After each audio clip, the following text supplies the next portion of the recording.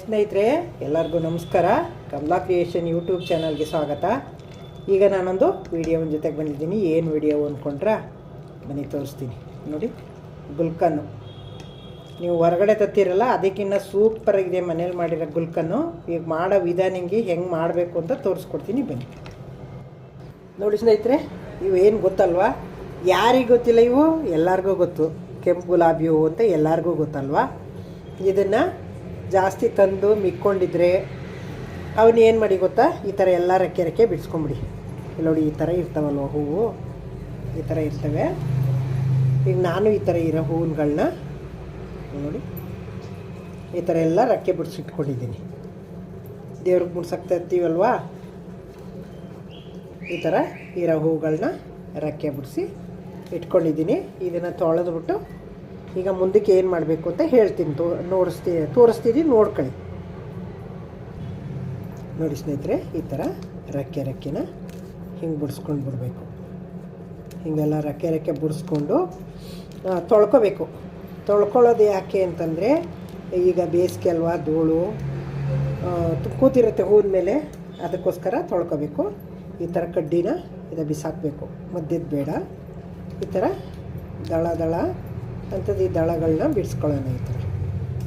ಈ ಥರ ದಳಗಳು ಬಿಡಿಸ್ಕೊಂಡು ಮಧ್ಯದ ದಿಂಡು ಹಾಕಬಾರ್ದು, ಅದು ಬೇಗ ಅದು ಮೆಲ್ಟ್ ಆಗಲ್ಲ ಅದು.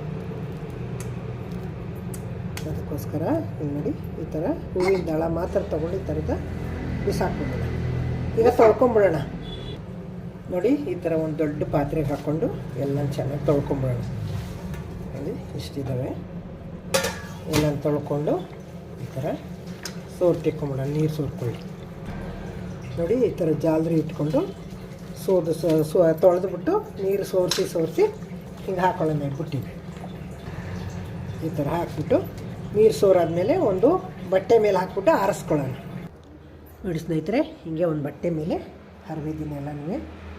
ಈಗ ನೀರೆಲ್ಲ ಹಾರ್ಕೊಂಡಾದ್ಮೇಲೆ ತೆಕ್ಕೊಳ್ಳೋಣ. ಇದೇನು ಮಾಡೋಕ್ಕೆ ಅಂತ ಹೇಳಿಲ್ಲ ಅಲ್ವ ನಾನು ನಿಮಗೆ, ಇದು ಗುಲ್ಕನ್ ಮಾಡೋಕ್ಕೆ ಅಂದ್ಬಿಟ್ಟು ಎಲ್ಲ ತೊಳೆದು ರೆಕ್ಕೆ ಬಿಚ್ಕೊಂಡು ಎಲ್ಲ ಹಾಕಿದ್ದೀನಿ. ಈಗ ದಳವ ಇದನ್ನು ತೊಳೆದು ಹಾಕಿದ್ದೀನಿ, ಹಾರ್ಕೊಳ್ಳಿ.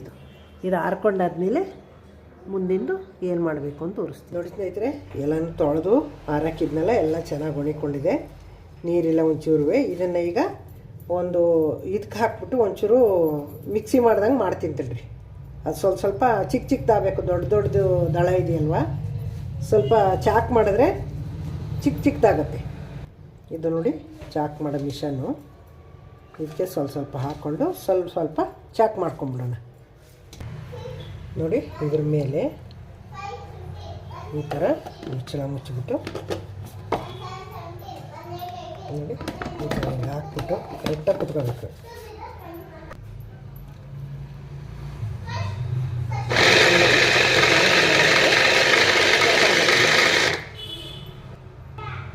ನೋಡಿ ಸ್ನೇಹಿತರೆ ಈ ಥರ ಆಗಿದೆ. ಇದನ್ನು ಒಂದು ಪಾತ್ರೆಗೆ ತೊಗೊಂಡು ಸುರ್ಕೊಳ್ಳೋಣ ನೋಡಿ. ಇದು ಬ್ಲೇಡು ಬಂದ್ಬಿಡುತ್ತೆ. ಇದು ಬ್ಲೇಡಲ್ಲಿ ಹಿಂಗೆ ಮಾಡಿಕೊಂಡ್ರೆ ಇದಕ್ಕೆ ಸಕ್ಕರೆ ಬೆರೆಸಿದ್ರೆ ಇದೇ ಸರಿ ಹೋಗುತ್ತೆ ನೋಡಿ. ಸ್ನೇಹಿತರೆ ಇನ್ನೊಂದು ಸಲ ಆಗುತ್ತೆ. ಇದನ್ನು ಚಾಕ್ ಮಾಡ್ಕೊಂಡ್ಬಿಡ್ತೀನಿ ನೋಡಿ. ಇದು ಆಯಿತು, ಸುರ್ಕೊಳ್ಳೋಣ ನೋಡಿ. ಸ್ನೇಹಿತರೆ ಒಂದು 200 ಗ್ರಾಮ್ ಕಲ್ ಸಕ್ಕರೆನ ಕುಟ್ಕೊಂಡು ಸ್ವಲ್ಪ ದಪ್ಪ ಮಾಡ್ಕೊಂಡಿದ್ದೀನಿ. ಮಿಕ್ಸಿ ಮಾಡ್ಕೊಂಬಂದ್ಬಿಡ್ತೀನಿ ನೋಡಿ. ಈ ಥರ ಮಿಕ್ಸಿ ಮಾಡ್ಕೊಂಡಿದ್ದೀನಿ. ಈಗ ಇದನ್ನು ಸ್ವಲ್ಪ ಮಿಕ್ಸ್ ಮಾಡೋಣ. ಈಗ ನೋಡಿ ಸುರಿದಾಗಿದೆ. ನಾನು ಮಿಕ್ಸ್ ಮಾಡೋಣ. ನೀರು ಹಾಕೋಂಗಿಲ್ಲ ಇದಕ್ಕೆ. ಇದು ಸಕ್ಕರೆ ನೀರೇ, ಹಸಿ ಇದೆಯಲ್ಲ ಹೂವು, ನೀರು ಬಿಡುತ್ತೆ. ಹಿಂಗೆ ಮಿಕ್ಸ್ ಮಾಡಿಬಿಟ್ಟು ಒಂದು ಬಾಟ್ಲಿಗೆ ತುಂಬಿ ಬಿಸಿಲಿಗೆ ಇಡಬೇಕು. ಇದನ್ನು ಬಿಸಿಲಲ್ಲಿ ಚೆನ್ನಾಗಿ ಅದು ಬಿಸಿಲಲ್ಲೇ ಒಣಗಬೇಕು. ಚೆನ್ನಾಗಿ ಅದು ಪಾಕ ಬರೋ ಥರ ಆಗುತ್ತೆ ಬಿಸಿಲಲ್ಲಿ ಒಣಗಿಸಿದ್ರೆ ನೋಡಿ. ಸ್ನೇಹಿತರೆ ಮಿಕ್ಸ್ ಮಾಡಾಗಿದೆ. ಈ ಥರ ಬಾಟ್ಲಿಗಳಿಗೆ ತುಂಬಿಬಿಟ್ಟು ದಿನ ಇದನ್ನ ಮತ್ತೆ ಮಿಕ್ಸ್ ಮಾಡಿ ಬಿಸಿಲಲ್ಲಿ ಒಣಗಿಸ್ಬೇಕು.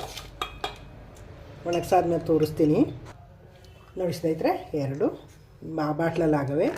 ಮುಚ್ಚಳ ಹಾಕಿ ಎತ್ತಿಟ್ಕೊಳ್ಳೋಣ, ಬಿಸಿಲಿಗೆ ಇಡೋಣ. ಈಗ ನೋಡಿ ಸ್ನೇಹಿತರೆ ಗುಲಾಬಿ ಹೂವು ಹಾಕಿ ಗುಲ್ಕನ್ ಮಾಡೋಕ್ಕಿಟ್ಟಿದ್ನಲ್ಲ ಎಷ್ಟು ಚೆನ್ನಾಗಿ ಬಂದಿದೆ ಅಂತ ನೋಡಿ. ಈಗ 3 ವಾರ ಆಯಿತು ಹಾಕಿ ನೋಡಿ ಎಷ್ಟು ಚೆನ್ನಾಗಿ ಜ್ಯೂಸಿ ಹೆಂಗೆ ಬಂದಿದೆ ಅಂತ. ಕೆಂಪು ಗುಲಾಬಿ ಹೂವಿನಲ್ಲಿ ಮಾಡಿರೋದು. ಈಗ ಇದಕ್ಕೆ ಒಂಚೂರು ಏಲಕ್ಕಿ ಪುಡಿ ಹಾಕ್ತೀನಿ, ಫ್ಲೇವರ್ ಚೆನ್ನಾಗಿರ್ತದೆ ನೋಡಿ. ಪೌಡ್ರ್ ಮಾಡಿ ಇಟ್ಕೊಂಡಿರೋದು ಮಿಕ್ಸ್ ಮಾಡೋಣ ಹಾಕ್ಬಿಟ್ಟು, ತುಂಬ ಚೆನ್ನಾಗಿ ಫ್ಲೇವರ್ ಕೊಡ್ತದೆ.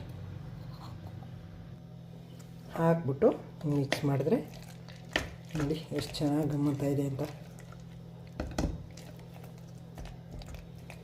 ಮಿಕ್ಸ್ ಮಾಡಾಯಿತು, ಸರ್ವ್ ಮಾಡೋಣ ನೋಡಿ ಸ್ನೇಹಿತರೆ. ಇವಾಗ ಗುಲ್ಕನ್ ಎಲ್ಲ ರೆಡಿ ಇದೆ, ಸರ್ವ್ ಮಾಡ್ತೀನಿ ನೋಡಿ. ಎಷ್ಟು ಜ್ಯೂಸಿಯಾಗಿದೆ ಅಂತ, ಎಷ್ಟು ಚೆನ್ನಾಗಿದೆ ನೋಡಿ.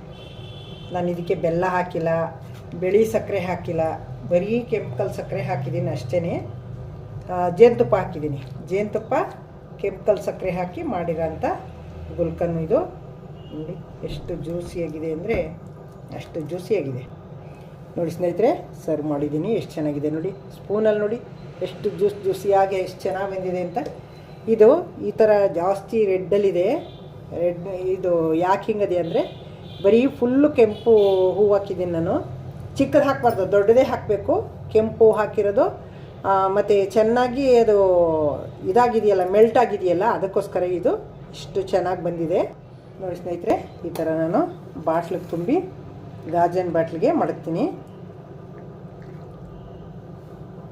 ನೋಡಿ. ಈ ಥರ ಗಾಜಿನ ಬಾಟ್ಲಿಗೆ ಹಾಕೊಳ್ಳೋಣ. ಈ ಥರ ಹೀಗೆ ಗಾಜಿನ ಬಾಟ್ಲಿಗೆ ತುಂಬಿಟ್ರೆ ಮಕ್ಕಳಿಗೆ ಯಾವಾಗ ಬೇಕೋ ಆವಾಗ ಹಾಕ್ಕೊಡ್ಬೋದು ನೋಡಿ ಸ್ನೇಹಿತರೆ. ಅಷ್ಟು ಹೂಗೆ ಇಷ್ಟಾಗಿದೆ, ಅಷ್ಟು ಹೂವು ಹಾಕಿ ಅಷ್ಟು ಸಕ್ಕರೆ ಮಾಡಿರೋಕ್ಕೆ 2 ಬಾಟ್ಲಾಗಿದೆ ನೋಡಿ. ಸಾಕು, ಇಷ್ಟಿಷ್ಟು ಮಾಡ್ಕೊಂಡ್ರೆ ಅವಾಗ ಮಾಡಿಕೊಂಡ್ರೆ ಮಕ್ಳಿಗೆ ಕೊಡ್ಬೋದು. ಮನೇಲಿ ಮಾಡಿದ್ದೀವಿ ಅನ್ನೋ ಸಮಾಧಾನ ಇರ್ತದೆ, ಹೊರಗಡೆದು ಅಂತ ಅನ್ನೋದು ಚಿಂತೆ ಇರೋಲ್ಲ. ಹೊರಗಡೆ ಯಾವ್ಯಾವ ಹೂವು ಹಾಕಿ ಮಾಡಿರ್ತಾರೋ, ಬೆಲ್ಲ ಹಾಕಿ ಮಾಡಿರ್ತಾರೋ ಅವರು. ಹಾಗಾಗಿ ನಮಗೆ ಮಕ್ಳಿಗೆ ಕೊಡಬೇಕಾದ್ರೆ ಹಿಂದೆ ಮುಂದೆ ನೋಡ್ತೀವಿ, ಮನೇಲಿ ನೋಡಿರೋದಲ್ವ, ಧಾರಾಳವಾಗಿ ಕೊಡ್ಬೋದು. ಮಾಡಿ ನೀವೇ ಕೊಡಿ ಮಕ್ಕಳಿಗೆಲ್ಲ. ಬಿಳಿ ಹೂವು ಹಾಕಿದ್ರೆ ಸ್ವಲ್ಪ ಬೆಳ್ಳಗೆ ಬರುತ್ತೆ. ಇದು ಫುಲ್ಲು ರೆಡ್ ಹೂವು ಹಾಕಿರೋದ್ರಿಂದ ಈ ಥರ ಕೆಂಪಗೆ ಬಂದಿದೆ. ಇದು ಸಣ್ಣ ಹೂವು ಹಾಕಬಾರ್ದು, ಚಿಕ್ಕದು ಬಟನ್ ರೋಸ್ ಬರ್ತದಲ್ಲ ಅದು ಹಾಕಬಾರ್ದು, ದೊಡ್ಡದು ಬರುತ್ತಲ್ಲ ಅದು ಹಾಕಿದ್ರೆ ತುಂಬ ಸ್ಮೆಲ್ಲು ಅಷ್ಟೇ ಚೆನ್ನಾಗಿರ್ತದೆ, ಚೆನ್ನಾಗೂ ಬರುತ್ತೆ. ಜ್ಯೂಸಿಯಾಗಿ ತುಂಬ ಚೆನ್ನಾಗಿರ್ತದೆ ಮಕ್ಳಿಗೆ ತಿನ್ನೋಕ್ಕೆ. ಇದು ಬ್ರೆಡ್ಗೆಲ್ಲ ಹಾಕ್ಕೊಂಡು ತಿಂದರೆ, ಚಪಾತಿಗೆ ಎಲ್ಲ ಹಾಕಿ ಮಕ್ಕಳಿಗೆ ರೋಲ್ ಮಾಡಿಕೊಟ್ರೆ ತುಂಬ ಚೆನ್ನಾಗಿ ತಿಂತವೆ. ಈಗ ಮಾಡಿದ್ದು ನಾನು ನೋಡಿದ್ರಿ ಅಲ್ವಾ ನಾನು ಯಾವ ಥರ ಮಾಡಿದೆ ಅಂತ. ಇದೇ ಮೆಥಡಲ್ಲಿ ಹಿಂಗೆ ಮಾಡಿ ತುಂಬ ಚೆನ್ನಾಗಿ ಬರುತ್ತೆ.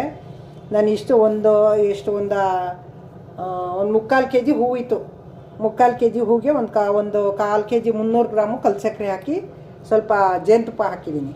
ಜೇನುತುಪ್ಪ ಅಂದರೆ ಒಂದು 100 ಗ್ರಾಮಷ್ಟು ಜೇನುತುಪ್ಪ ಹಾಕಿದ್ದೀನಿ. ಅಷ್ಟು ಚೆನ್ನಾಗಿ ಬಂದಿದೆ, ತಿನ್ನಬೇಕು ಅನ್ನಿಸ್ತಾ ಇದೆ, ಬಾಯಲ್ಲಿ ನೀರು ಬರ್ತಾ ಇದೆ ನನಗೇನೆ ಹೇಳ್ತಾ ಇದ್ರಿ.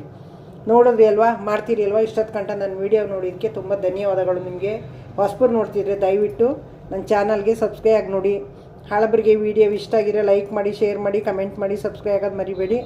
Thank you. ನೆಕ್ಸ್ಟ್ ಇನ್ನೊಂದು ಸೂಪರ್ ವೀಡಿಯೋ ಜೊತೆಗೆ ಬರ್ತೀನಿ.